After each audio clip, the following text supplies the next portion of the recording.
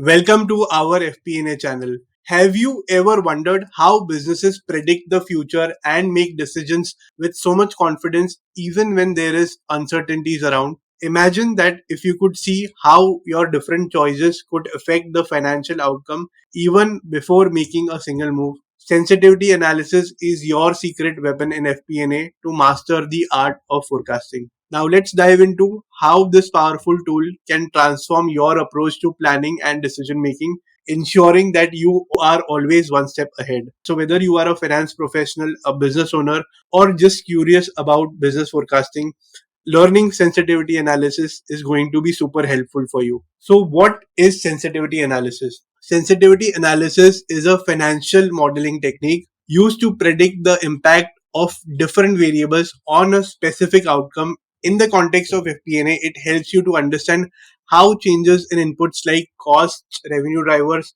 or interest rates can affect a company's financial performance. But why is sensitivity analysis so important in FP&A? It is important because it allows businesses to anticipate potential changes in their financial health and then make informed decisions accordingly. By understanding which variables have the most significant impact, companies can manage risks and optimize for future performance. It is literally like having a crystal ball in your hand. The next question I often get is, when should sensitivity analysis be conducted? This is most beneficial during the budgeting and the forecasting process, or ahead of a major investment decision, or at any time a business is about to make a significant financial decision. It is particularly useful for scenario planning, helping companies navigate uncertainties and prepare for different financial outcomes. Next, let's see where sensitivity analysis is applied in FP&A. It applies across all areas of FP&A,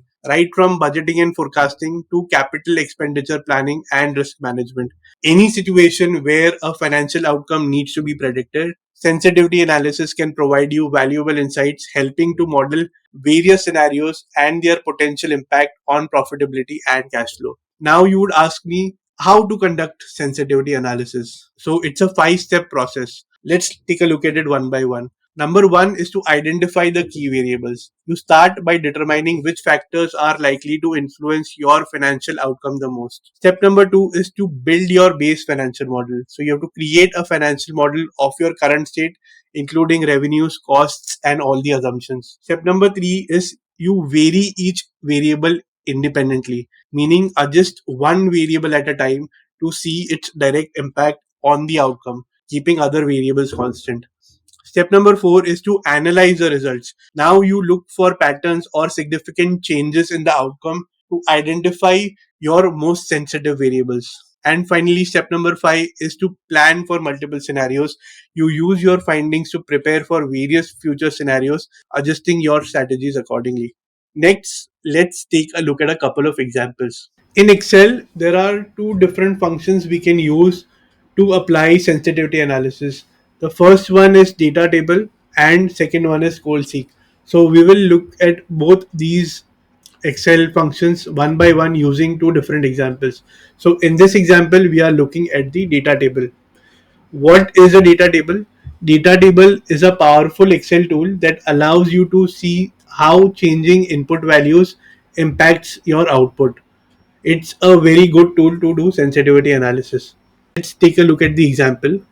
In this example, we have some data on the left and a mini P&L on the right.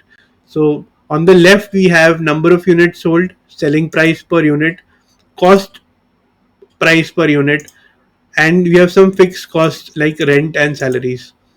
Let's translate this into a mini model or a P&L on the right. So we calculate the revenue. Revenue is your number of units sold into the selling price. Cost of sales, which is your number of units sold into the cost price per unit. You subtract the revenues and cost of sales. So you subtract your cost of sales from revenues to get the gross profit. And then you have a couple of expenses like rent and salaries as general and admin, which you subtract from the gross profit to get the net profit.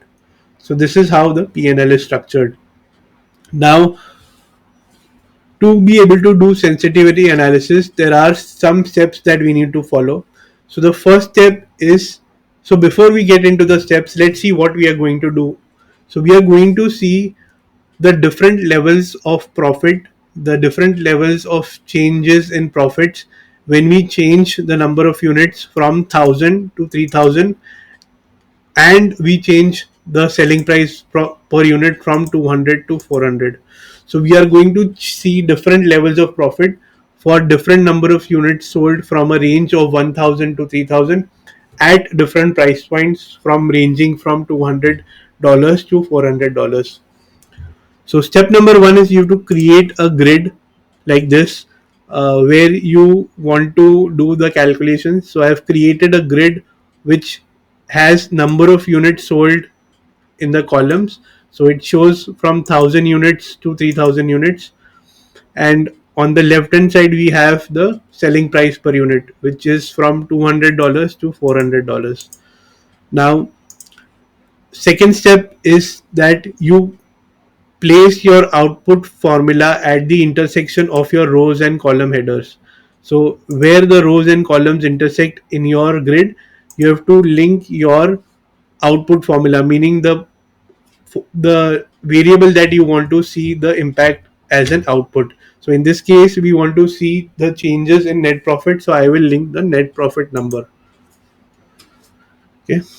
Next step is to select the entire grid, including your variables and the output formula. So I've selected the entire grid, and I go to data table, which is inside data on the Excel ribbon, inside what if analysis, and I go to data table.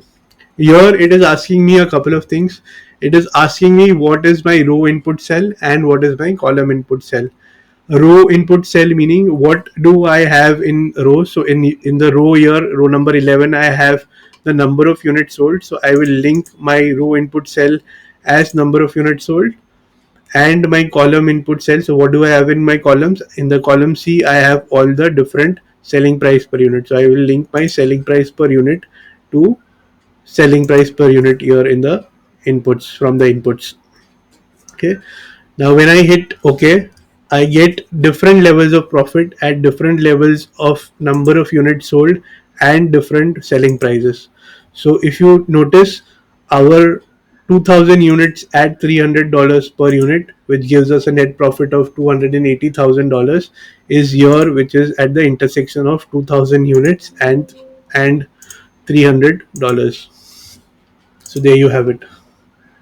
In the previous example, we saw use of sensitivity analysis using the data table function. There is another powerful function in Excel that can help you do sensitivity analysis on the fly. This function is called the goal seek function in Excel. Goal seek in Excel is a tool that finds the input value needed to achieve a specific goal or result.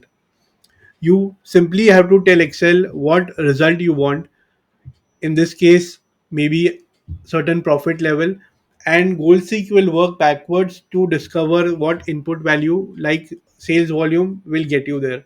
So let's take a look at the example. On the left hand side we have certain assumptions similar to the previous example. You have certain number of units sold, price per unit, cost per unit, and some selling and general admin expenses. Also, you have the tax rate here. So, based on these assumptions, we will create a mini P&L on the right. So, we calculate the revenue. Revenue is number of units sold into price per unit. Cost of goods sold is units sold into cost per unit. By subtracting COGS from revenue, we get gross profit. We know the selling and general admin expenses is 20,000, so we subtract that and we get to earnings before tax. Tax rate is 25%, so we calculate 25% on earnings before tax, and when you deduct taxes from earnings before tax you get to the net income level. So in simple words, by selling 10,000 units at 10 per unit you make a profit of 18,750. Now let's say I tell you what is the number of units sold to be able to get us to a profit of 25,000. You might do some trial and error here, and you might be able to get there after doing maybe 10 different trial and errors. But Excel can help you get there without doing all of that. So what I'll do is I'll select the result that I'm looking for. So in this case, I'm looking for the net income number. So I'll select the net income number and I'll go to the data ribbon, data section in the Excel ribbon. I'll go to what if analysis and I'll say goal seek. Now goal seek is asking me three things here. The first is set cell. So we have set the cell as the net income number, which is right. Now we want to change this number to 25,000 by changing what cell? By changing the number of units sold. So I'm pointing this to the number of units sold and then I press OK. Okay. So Excel calculates this, and for getting a profit of 25,000, we need to sell 11,852 units. You can even do this for any other variable. Say, for example, if you want to do this for costs, say if I want to see what how can I get to a profit of 25,000 rupees, but I can only sell 10,000 units. But how can I do that? By changing my cost. So let me try and do that. So I'll again go to the net income cell. I'll say goal seek, going to what if analysis, goal seek. Now this time I want to again change the profit number to 25,000. But this time I cannot change the number of units sold, but I want to play with the cost per unit. So I say cost per unit. So now Excel tells me if you have to make 25,000 profit without changing the price and the unit sold, you will have to bring the cost down to 4.67. So there you have it. We did sensitivity analysis using two different examples and two different Excel functions, data table and goal seek.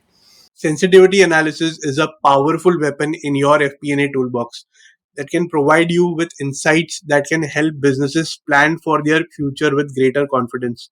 By understanding how different variables affect financial outcomes, companies and FP&A teams can make smarter and data driven decisions. So, if you are serious about your career in FP&A, then do watch this webinar on accounting to FP&A. Also, you can download the example from the links in the description below. Share your thoughts or questions in the comments below and let me know of any topics you'd like me to cover next. And for more content on FP&A, don't forget to subscribe to our channel. Thank you for watching and I will see you in the next video.